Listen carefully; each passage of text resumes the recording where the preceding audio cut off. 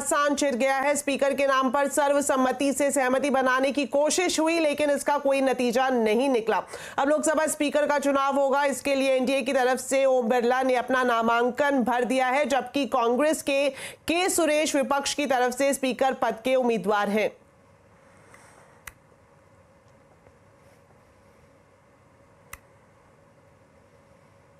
नामांकन भरने के बाद के सुरेश ने कहा कि ये उनकी पार्टी का फैसला है। Last two Lok Sabha, they denied us because they said you are not a recognized opposition. Now we are a recognized opposition. The deputy speaker is right for us, but they are not ready to give us.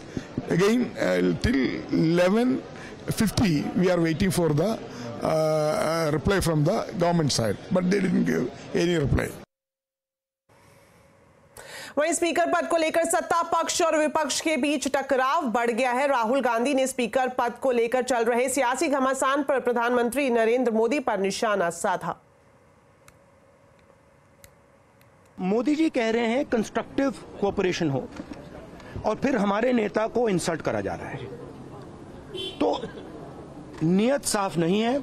Narendra Modi ji कोई constructive cooperation नहीं चाहते हैं, क्योंकि convention है कि deputy speaker opposition का होना चाहिए, और हमने कहा है, पूरे ऑपोजिशन ने कहा है कि अगर कन्वेंशन फॉलो किया जाएगा तो पूरा समर्थन स्पीकर के इलेक्शन में हम देंगे। राहुल के आरोप पर राजनाथ सिंह ने कहा कि वो खड़गे जी का सम्मान करते हैं। उन्होंने खड़गे जी को फोन किया था।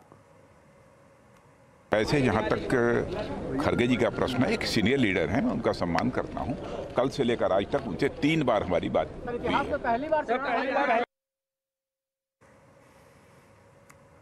तो वहीं स्पीकर पद पर सहमति बनाने के लिए रक्षा मंत्री राजनाथ सिंह की केसी वेणुगोपाल से मुलाकात हुई थी। जेडीयू के सांसद ललन सिंह ने बताया कि इस बैठक में वेणुगोपाल ने डिप्टी स्पीकर पद को लेकर सरकार के सामने शर्त रख दी। विपक्ष के अड़ियल रवैये की वजह से स्पीकर पद पर सहमति नहीं बन पाई। देखिए, अध्यक्ष के विषय पर बात करने के लिए श्री वेणुगोपाल जी और टीआर बालू साहब आए थे, और माननीय रक्षा मंत्री जी से चर्चा उन्होंने की। माननीय रक्षा मंत्री जी ने उन्हें अब एनडीए की तरफ से जो स्पीकर के लोकसभा के अध्यक्ष के उम्मीदवार हैं उनका नाम बताया, और उन्होंने समर्थन मांगा। कांग्रेस पार्टी वेणुगोपाल साहब का कहना था कि आप उपाध्यक्ष का पद अभी आप इसी समय उसको स्वीकार करें। माननीय रक्षा मंत्री जी ने उनको कहा कि जब उपाध्यक्ष का चुनाव होगा तो हम निश्चित तौर पर हम सभी लोग बैठ के बात करके उपाध्यक्ष तय करेंगे। लेकिन वो शर्त पर अड़े रहे, और शर्तों के आधार पर वो लोकतंत्र चलाना चाहते हैं, दबाव की राजनीति करना चाहते हैं। तो ये लोकतंत्र में नहीं चलता है, दबाव की राजनीति नहीं चलती। वहीं केंद्रीय मंत्री पीयूष गोयल ने भी विपक्ष के रवैये को लेकर हमला बोला। उन्होंने विपक्ष के शर्त रखने के रवैये को ठीक नहीं बताया।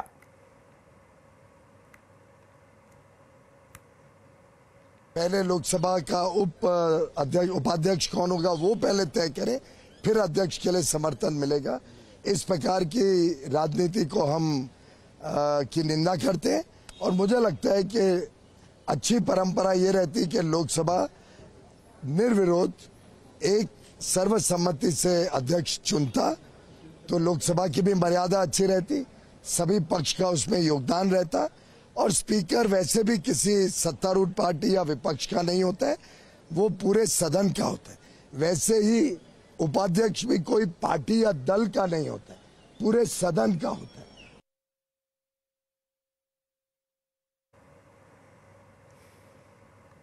तो इस खबर पर ज्यादा जानकारी के लिए अब सीधा चलते हैं हमारे economic policy editor Laxman Roy के पास। तो लक्ष्मण जी, स्पीकर पद के लिए दोनों तरफ से नामांकन भरे जा चुके हैं, अब आगे क्या होगा? सर्वसहमति का रास्ता तो अब पूरी तरह से खत्म हो गया है।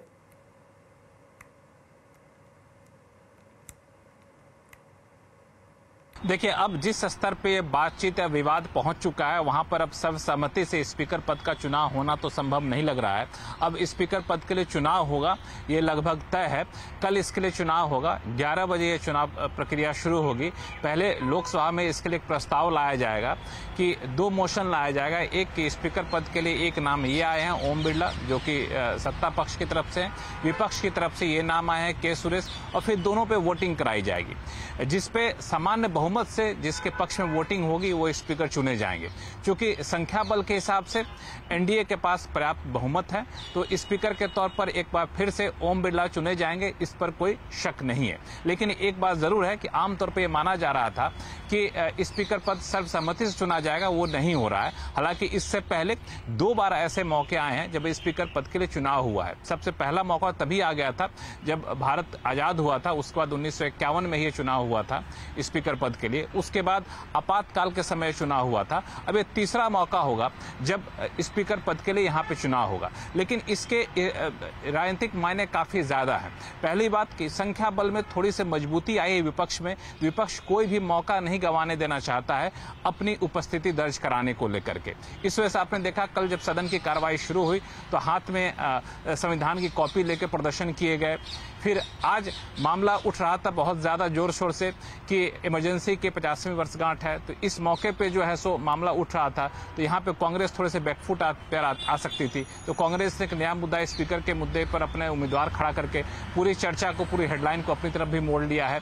तो ये एक चीज है। लेकिन एक और महत्वपूर्ण बात ध्यान दीजिएगा कि कांग्रेस ने अपना उम्मीदवार रखा है। इसमें एक राजनीति ये शुरू हो गई है कि क्या ओम बिरला के पक्ष में जितने एनडीए के सांसद है उससे ज्यादा वोट मिल जाएंगे क्या, या इसलिए क्योंकि कांग्रेस ने अपना उम्मीदवार के सुरेश तो खड़ा किया, लेकिन इनके ही खुद के सहयोगी दल, इंडिया ब्लॉक के जो सहयोगी दल हैं, उनमें से कई लोगों ने कहा कि हमसे संपर्क भी नहीं किया गया।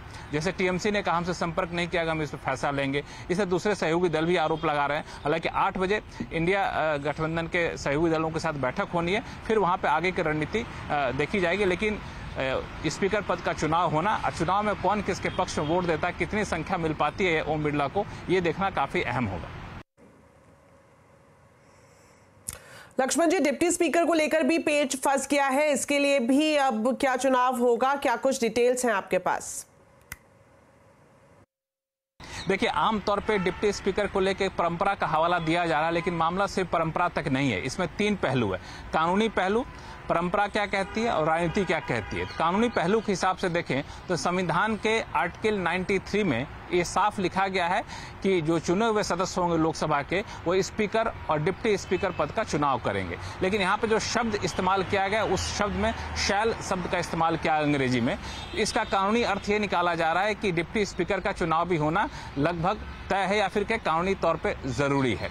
अब इस पे अगर आप आएंगे नीचे तो लोकसभा का जो रूल बुक है उसमें 9 नंबर पे रूल पे ये कहा गया है कि जितना जल्दी हो सके उतना जल्दी चुनाव कराया जाए। कोई तारीख यहाँ पे तय नहीं की गई है, इसलिए कब चुनाव होगा डिप्टी स्पीकर का ये नहीं कहा गया है। तो ये एक सबसे महत्वपूर्ण बात है।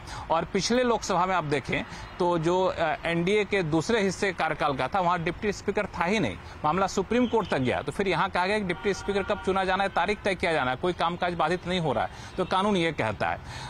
परंपरा के हिसाब से पिछले में बताया एनडीए 2 में डिप्टी स्पीकर था ही नहीं। परंपरा के हिसाब से आमतौर पर अपोजिशन को दिया जाता है। लेकिन यहाँ पर राजनीति इसलिए ज्यादा तेज हो गई है क्योंकि एनडीए के घटक दलों में ही जब सरकार बनने जा रही थी तभी कई लोगों ने कहा था कि हमें स्पीकर का पद चाहिए, खासतौर से टीडीपी ने। तो स्पीकर का पद तो बीजेपी के पास चला गया। तो हो सकता है कि कोशिश ये हो कि डिप्टी स्पीकर का पद टीडीपी या फिर दूसरे घटक दलों को दिया जाए, जैसे कि एनडीए 1 में हुआ था। तो ये भी संभावना से इनकार नहीं किया जा सकता है। शुक्रिया लक्ष्मण जी इस पूरी जानकारी के लिए। तो चलिए अब आपको बताते हैं आज के आवाज अड्डा के टॉपिक के बारे में। स्पीकर के चुनाव को लेकर सत्ता पक्ष और विपक्ष क्यों आ गए हैं आमने सामने, आज आवाज अड्डा में इसी पर करेंगे चर्चा शाम 7:57 पर।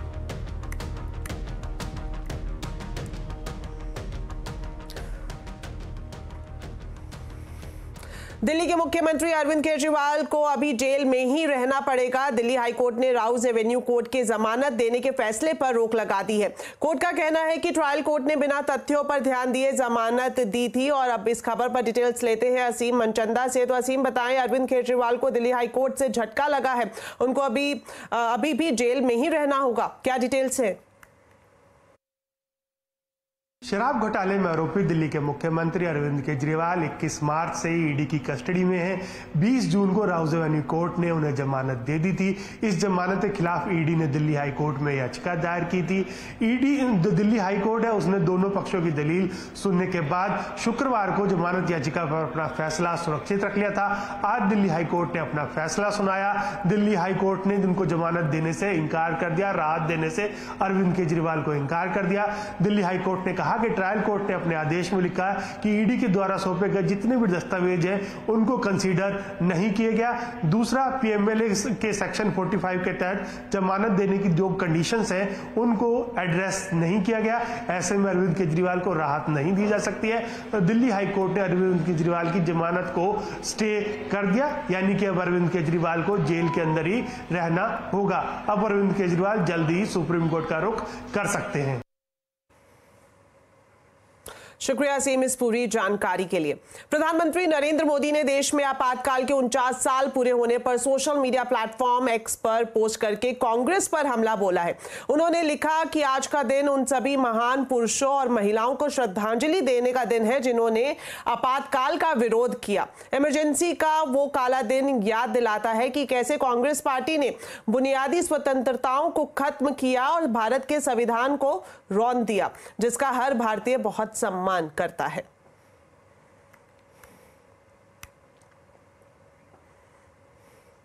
बीजेपी अध्यक्ष जेपी नड्डा ने भी आपातकाल को लेकर कांग्रेस पर हमला किया। अब आप देखिए, आज ये बहुत बड़े प्रजातंत्र की दुहाई देने की बात करते हैं, संविधान की बात करते हैं और संविधान की रक्षा के ये बड़े रक्षक हैं। कांग्रेस पार्टी ने 90 बार चुनी हुई सरकारों को गिराया है, 90 टाइम्स। ये प्रजातंत्र की रक्षा करेंगे? 90 बार चुनी हुई सरकारें गिराई हैं। सांसदों की शपथ के दौरान आज एक कंट्रोवर्सी खड़ी हो गई। एआईएमआईएम नेता असदुद्दीन ओवैसी ने सांसद पद की शपथ लेने के बाद जय भीम, जय तेलंगाना के साथ साथ जय फिलिस्तीन का नारा लगा दिया। इसके बाद संसद में हंगामा शुरू हो गया। जय भीम, जय मीम, जय तेलंगाना, जय फलस्तीन, तकबीर, अल्लाहु अकबर। ओवैसी के जय फिलिस्तीन वाले बयान पर संसदीय कार्य मंत्री किरेन रिजिजू ने कहा कि ओवैसी के इस बयान की जांच की जाएगी। मैं अखिलेश जो लोकसभा का सदस्य निर्वाचित हुआ हूं, ईश्वर की शपथ लेता हूं कि मैं विधि द्वारा स्थापित भारत के संविधान के प्रति सच्ची श्रद्धा और निष्ठा रखूंगा। मैं भारत की प्रभुता और अखंडता को अक्षुण्ण रखूंगा तथा जिस पद को मैं ग्रहण करने वाला हूं उसके कर्तव्यों का श्रद्धापूर्वक निर्वहन करूंगा।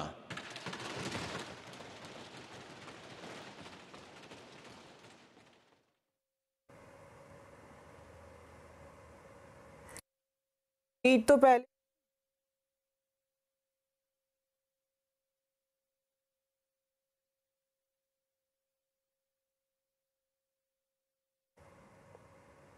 चलिए अब बात करते हैं बाजार की। शेयर बाजार ने एक बार फिर से नया आयाम छू लिया है। फिर निफ्टी एक्सपायरी के दिन बाजार फुल जोश में रहा। सेंसेक्स, निफ्टी बैंक ने शिखर पर बंद हुए। सेंसेक्स पहली बार 78,000 के पार पहुंचा तो निफ्टी ने 183 पॉइंट चढ़कर 23,721 पर बंद हुआ। वहीं दूसरी तरफ निफ्टी बैंक 902 पॉइंट चढ़कर 52,606 पर बंद हुआ। डिटेल्स लेते हैं सुमित मेहरोत्रा से। तो सुमित, ये बताएं आज किन शेयर्स में एक्शन देखने को मिला, कहां सुस्ती छाई रही?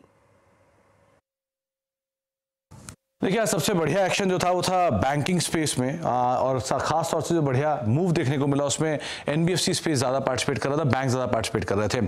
श्रीराम फाइनेंस 4% ऊपर, एक्सिस बैंक 3.5% ऊपर, आईसीआईसीआई बैंक 2.5% ऊपर और एचडीएफसी बैंक करीब 2.5% तेजी यहां बनते हुए दिखाई पड़ी। गिरने वाले शेयरों में बीपीसीएल लगातार दूसरा दिन, जबकि प्रेशर आयशर मोटर 2% नीचे, पावर ग्रिड 1.5% नीचे और एशियन पेंट करीब 1.5% बिकवाली यहां बनते हुए दिखाई पड़ी। मिड कैप में बढ़ने वाले शेयरों में एलआईसी हाउसिंग फाइनेंस 4% ऊपर, पतंजलि 5% ऊपर, अपोलो टायर 4% ऊपर, एचडीएफसी एएमसी 3.5% तेजी यहां पर देखने को मिली। और गिरने वाले शेयरों में मैक्रोटेक डेवलपर 4.5% नीचे, ओबरॉय 4% नीचे, जेएसडब्ल्यू एनर्जी 3.5% नीचे और प्रेस्टीज 3.5% नीचे, यानी कि 4 में से जो 3 नाम थे वो करीब रियल एस्टेट स्पेस से ही आते हुए दिखाई पड़े। शुक्रिया सुमित इस पूरे मार्केट अपडेट के लिए। तो बुलेटिन में फिलहाल वक्त है एक छोटे से ब्रेक का, लेकिन खबरें अभी और भी हैं। आप देखते रहिए आवाज समाचार।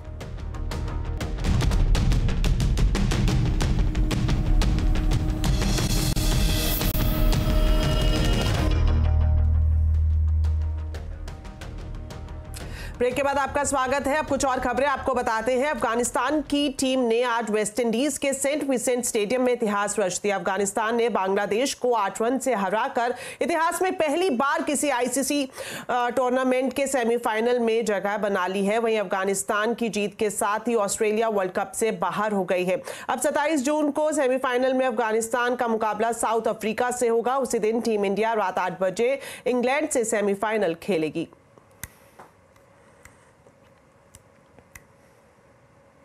19 नवंबर को वर्ल्ड कप फाइनल में मिली हार का बदला टीम इंडिया ने आखिरकार ले लिया है। सोमवार को टीम इंडिया ने ऑस्ट्रेलिया को धूल चटा दी। भारत ने पहले बल्लेबाजी की और 205 रन का टारगेट रखा। रोहित शर्मा ने 92 रन की शानदार पारी खेली। इसके बाद बुमराह और कुलदीप ने कमाल की गेंदबाजी करते हुए ऑस्ट्रेलिया को 181 रन पर ही रोक दिया। ऑस्ट्रेलिया को भारत ने 24 रन से मात दी। अब 27 जून को भारत इंग्लैंड के साथ सेमीफाइनल खेलेगा।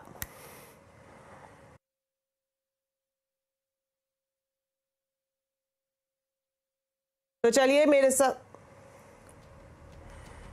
मेरे साथ इस बुलेटिन में इतना ही, लेकिन जाते जाते आपको बताते हैं आज के कंज्यूमर अड्डा के टॉपिक के बारे में। 50 ओवर के विश्व कप में चूंकि रोहित की सेना क्या इस बार कप ला पाएगी, आज करेंगे खास चर्चा शाम 5:57 पर।